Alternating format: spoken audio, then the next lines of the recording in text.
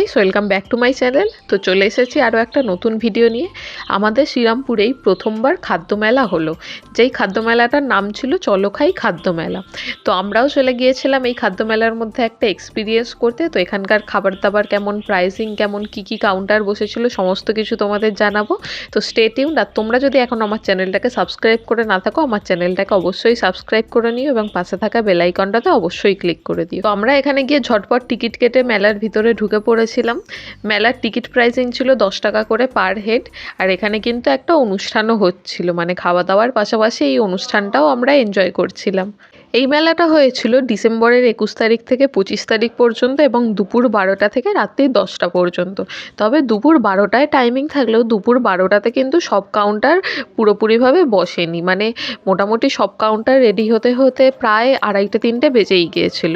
আর এদিকে রাত্রির 10টা টাইম থাকলেও রাত্রির 10টার পরেও কিন্তু এই মেলাটা চলেছিল, প্রায় 11টা পর্যন্ত কিন্তু এই মেলাটা ওপেন ছিল।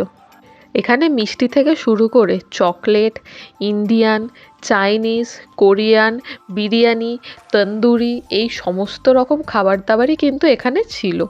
এর পাশাপাশি বিভিন্ন ধরনের কম্বোও কিন্তু ছিল, মানে যারা খাওয়া দাওয়া করতে ভালোবাসে তাদের জন্য এটা কিন্তু একদম ফুড হেভেন ছিল। আর এই মেলাটা জগন্নাথ মন্দিরের মাঠেতে হয়েছিল, মানে মাহেশের রথের মেলা যে মাঠটাতে হয়ে থাকে সেই মাঠটাতেই কিন্তু এই খাদ্য মেলাটা হয়েছিল। এর আগে আমরা যে খাদ্য মেলাগুলোতে গিয়েছিলাম সেগুলো মেনলি কলকাতাতেই ছিল, কিন্তু আমাদের শ্রীরামপুরেই প্রথমবার এরকম খাদ্য মেলা হলো। তো আমি তো খুবই এক্সাইটেড ছিলাম, আরও এক্সাইটেড ছিলাম কারণ খাদ্য মেলাটা আমার বাড়ির কাছেই একদম হয়েছিল, মানে আমাদের বাড়ি থেকে মাত্র 5 মিনিটের রাস্তাতেই কিন্তু এই মেলাটা হয়েছিল। তো 21 থেকে 25 তারিখের মধ্যে প্রায় রোজই আমি মেলার মধ্যে গিয়েছিলাম আর এখানকার খাবার দাবার ট্রাই করেছিলাম। তো যে খাবার দাবারগুলো আমি তোমাদের দেখাচ্ছি সেগুলো কিন্তু একদিনে ট্রাই করা নয়, মানে একদিনে অত খাবার ট্রাই করা সম্ভবও নয়। যাই হোক, তো আমরা প্রথমে নিয়েছিলাম সরভাজা। এটার প্রাইস পড়েছিল 20 রুপিস। এই মিষ্টিটা যে কাউন্টার থেকে নিয়েছিলাম এটার কোনো নাম ছিল না, মানে ওপরে লেখা ছিল নবদ্বীপের লাল ক্ষীর দই আর নিচে লেখা ছিল বাংলার দই। তো দইটাকেই ওনারা বেশি প্রায়োরিটি দিচ্ছিলেন, দইয়ের পাশাপাশি বিভিন্ন মিষ্টিও ছিল। তবে এই সরভাজাটা কিন্তু একদমই অন্য রকম ছিল, আমার তো দারুণ লেগেছে এই সরভাজাটা। তারপর পিঠে পুলির দোকান থেকে নিয়েছিলাম চকলেট পাটিসাপটা। এটার প্রাইস পড়েছিল 60 রুপিস।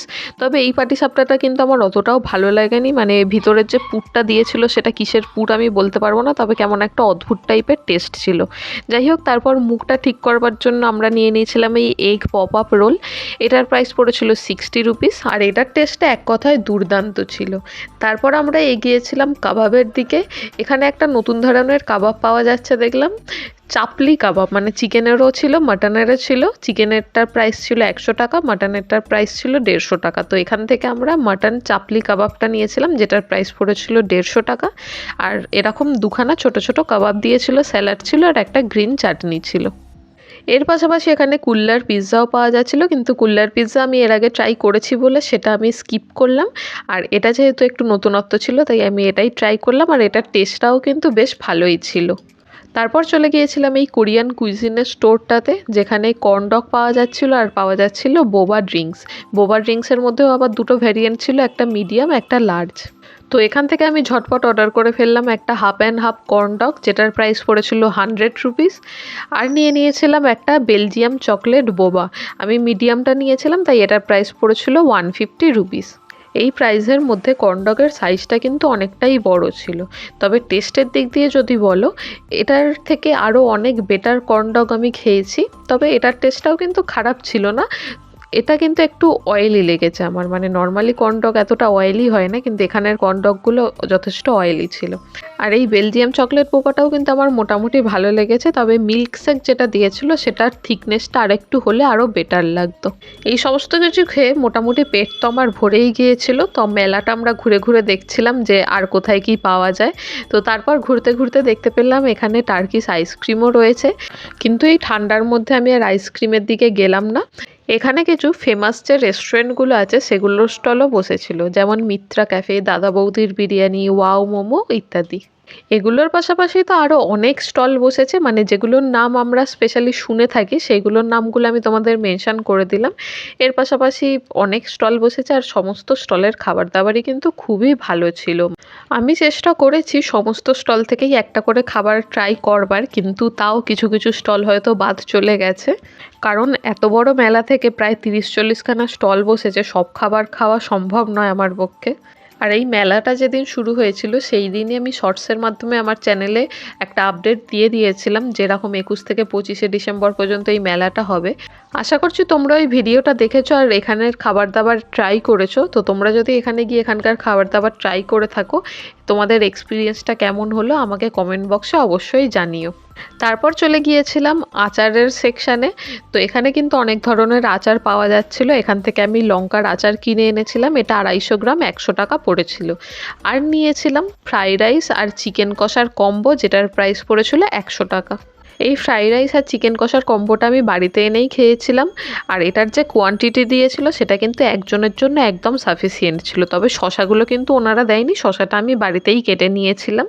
এই চিকেন কষার টেস্টটা কিন্তু আমার সুপারব লেগেছে, তবে রাইসটা আমার একটু বেশি অয়েলি লেগেছে, কিন্তু টেস্টের দিক দিয়ে একদম পারফেক্ট ছিল।